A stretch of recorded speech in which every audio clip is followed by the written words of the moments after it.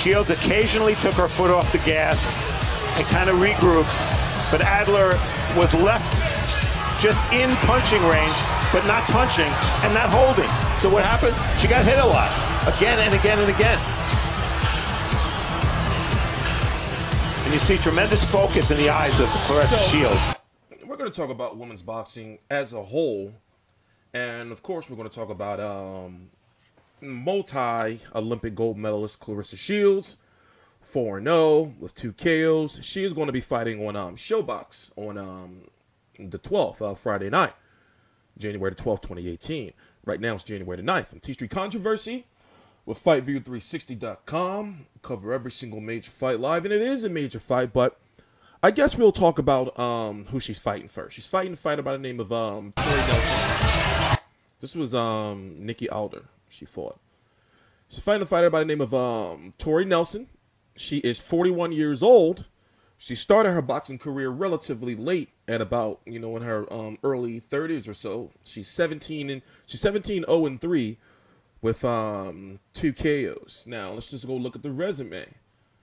Now, as you can see, we're in a situation where in women's boxing, in order for women's boxing to succeed in the long run, they have to start promoting and televising more women's fights, even if they come up with some type of deal with Facebook or on YouTube, because at the end of the day, when you want to research like who these fighters are and who they're fighting, there's limited to no footage. I found this out surprisingly when I was researching for Heather Hardy versus Shelly Vincent. Shelly Vincent, Heather Hardy, well-known female boxers in the New York area, and they had a fight on Fox Sports 1. No, NBC Sports, if I'm correct. But it was a very big fight because it was the first time that a women's fighter had been televised on that type of television in so long. But the issue is they didn't continue to televise these women's fights. So whatever footwear you gained, you really didn't capitalize off of it going forward. So one thing Showtime has been doing is they've been televising Claressa Shields fights. Now, Christina Hammer, who was supposed to be on the card, just found out yesterday that her fight got canceled. She was signed up by TstreeT Promotions, and they've been building Claressa Shields versus her, even though Hammer is in the smaller division. Let's just go look at it. TstreeT Controversy. This is TstreeT Controversy Live. Please subscribe. Now, when you look at this is the WBC. I just chose them randomly. When you look, this is their women's boxing website, right? But when you look, it's not even kept up to date. I mean, look at this. This is women's boxing. You're the WBC, Now, what I did go look at is the rankings, and if you notice,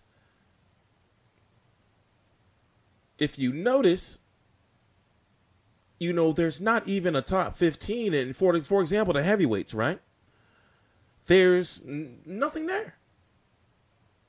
When you go down to the weight division that Claressa Shields is in, she is the WBC 168-pound champion, super middleweight, and this is who she fought in her last fight, Nikki Adler. You got Tori Nelson, who she's fighting, and by the way, the IBF has decided to put their belt on the line in this fight, so the winner is going to be the WBC and IBF 168-pound women's champion. But then her next, rival is right here in the lower weight division against Christina Hammer. You may have saw her call out or get into the ring. In fact, I guess I can look that up, right? Let's see. Will they show that at the end of this?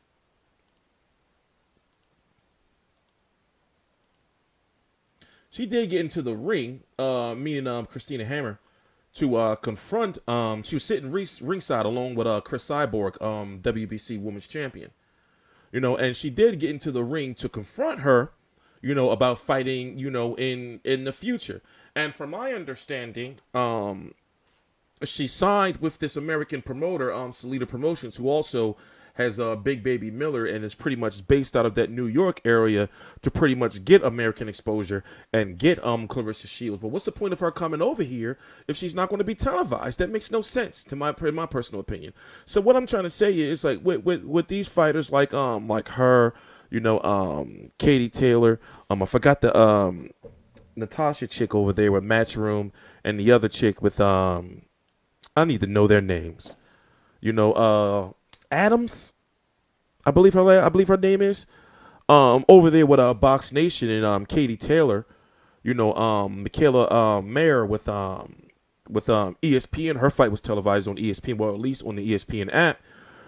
I've noticed that there is a resurgence of women boxing, and on this landscape of this social media generation and everything like that, it's a shame that in order for these women to get to that next level, you know, they got to be demeaning themselves and living and try to, you know, put themselves in the world of this false reality that says that you have to wear makeup and do all this fake shit just to be known. In my opinion, a lot of these boxers, female boxers, in Claressa Shields in particular, if this was the 70s and 80s, which she did with the Olympic Gold Medalist, being 22 now, she would be, you know, a global icon. It's not saying that she's not to women, but I feel it would have been much more respected then compared to now. You know, yeah, she looks a little rough. She a motherfucking boxer.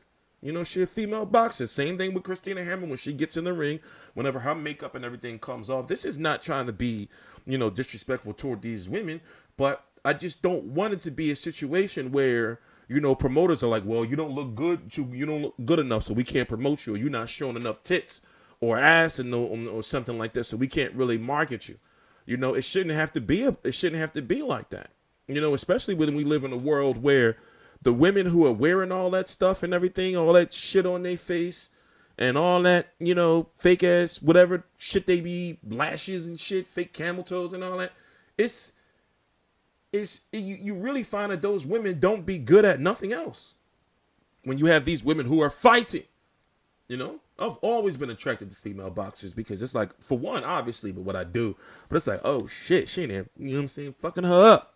You know what I'm saying? There's a certain attractiveness to that, you know, right? In my personal opinion, you know what I'm saying? Just knowing that your chick can throw down. But I guess what I'm trying to say is this.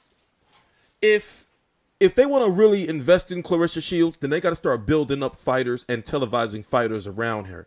I get what ShoBox is doing and everything. And it's like, oh, you know, they're televising her and everything, Olympic gold medalist and everything, but you got to build her up some rivals too. You know, where's the marketing machines, you know, and where are the promoters saying, you know what, where is one promoter that's saying, you know what, let's just, how much we got in the budget? Do we got $2 million or $4 million or $5 million? Let's sign up all these women boxers and put on these tournaments. We may lose some money at the beginning because that's how business is done, right? You're going to, if somebody was to really invest into the women's boxing market, because in those smaller weight divisions, the smaller weight divisions than Claressa Shields and Tori Nelson and Christina Hammer are fighting in, all those women are, you know, down in Brazil and especially in Mexico, you know, and over in the Asian countries and things like that, you know. But if they really want to invest in the future of women boxing, you got to sign up more women boxers and you got to start televising them all. For example, you know, I have the press release, you know, but let me go see if I can pull it up real quick to see who's going to be the co-feature for this. I believe it's another woman's fight, and it should be that way, you know. It should be that way, you know. But regardless, we can see where there, you know, needs to be room for improvement, and I just hope that, you know, Claressa Shields is understanding enough to know that in the landscape she's in, she's got to also be careful with a lot of shit that she says. Yeah, it's cool. Let me tell you some real shit right here. And you be surprised, like so many black people, and I'm just saying this in the best possible way, you know, they don't understand like how that should be looking when you be, it's good to be outspoken. It's nothing wrong with that shit. I'm outspoken. It's nothing wrong with that shit. But when at a certain time in your career, when it's early, right? You know, you have to be careful with certain things that you say, because she's dodged some bullets when it comes to some controversial issues. And it's like, all right, cool, you're Olympic gold medalist, but you're here to try to fucking change the sport of female boxing and everything like that. You got to be careful and not get involved in that racial shit too much. You know, of course, be outspoken as far as for your people and everything like that. That's cool. And I understand people are going to misinterpret what I'm saying, but y'all know what I'm talking about. You got to be careful with certain shit. You see what I'm saying? Because you don't want to turn off. You know, you have she has so many young female boxers of all races watching her right now, you know? And she don't want to, you got to be careful. You know what I'm saying? You got to be careful. There's a way to do shit. Look at Muhammad Ali. There's ways to do shit. And still get your point across, even be stubborn to a point, but not to, like alienate other races, but yet still be the man and well respected and let people know, yeah, I am black. You see what I'm saying? There's ways to do that shit, man. There's ways to do that shit. You'll have other people, and I've heard it.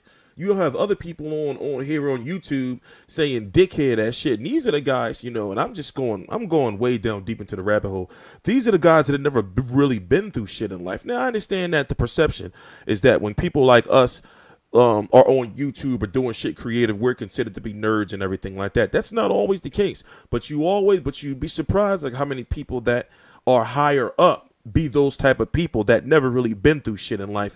And they be talking about how people should and what they should and should not say.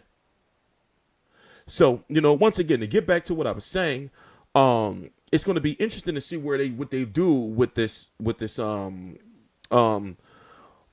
situation going forward, because yes, you're televising Claressa Shields, but we know that it's pretty much common knowledge right now that they're building her up to fight if she beats Tori Nelson. They're building her up to fight Christina Hammer. But what about after that? What's then after that? She's in the highest weight division she can go, By the way, Tori Nelson beat Mia St. John in one of her last fights. Mia St. John was one of the last well-known female boxers. Like, I'm talking about like on a global-ish scale. Her name rings bells. You see what I'm saying? That's what I'm trying to say. I know people are going to twist that up too. But, she was one of those boxers that, the beauty and everything like that. Look how the UFC capitalized off of Ronda Rousey with the sex appeal, even Holly Holm to an extent. Look at with all these female boxers wanting to go into MMA because at least they know they'll get televised. Because why? When UFC built up their division, they was televising their women's when they built up their women's sector of UFC. When they had Ronda Rousey take that shit to the next level, they were also having other cards featuring Miesha Tate, and females like that, Boxing's got to do the same thing. You can't just say, okay, well, she's the main one, so we're going to just televise her. You got to find some other ones, some undefeated fighters, even if you have to use the whole, put them on the hype train. It's got to start somewhere. It's got to be a new genesis in females boxing. It's got to be. That's just my personal opinion. I'm rambling. But anyway, what we're going to do is I'm going to be doing a post-fight video on this card, obviously, this Friday. And we're going to talk about it in more detail, We're going to talk about it in more detail. Like I said, these women boxers that I mentioned, the Shields, the Katie Taylors, the Heather Hardys, the Serrano sisters need more airtime. And TstreeT controversy, or they're willing to go over to UFC or mixed martial arts and get fucking kicked in the face and shit. They like, listen, we ain't making no money over here. We ain't getting televised. I'm going to go over here and do this mixed martial arts. Fuck around and get choked out. That's not their sport. It's a shame it's got to be that way. I'm TstreeT Controversy. This is TstreeT Controversy Live.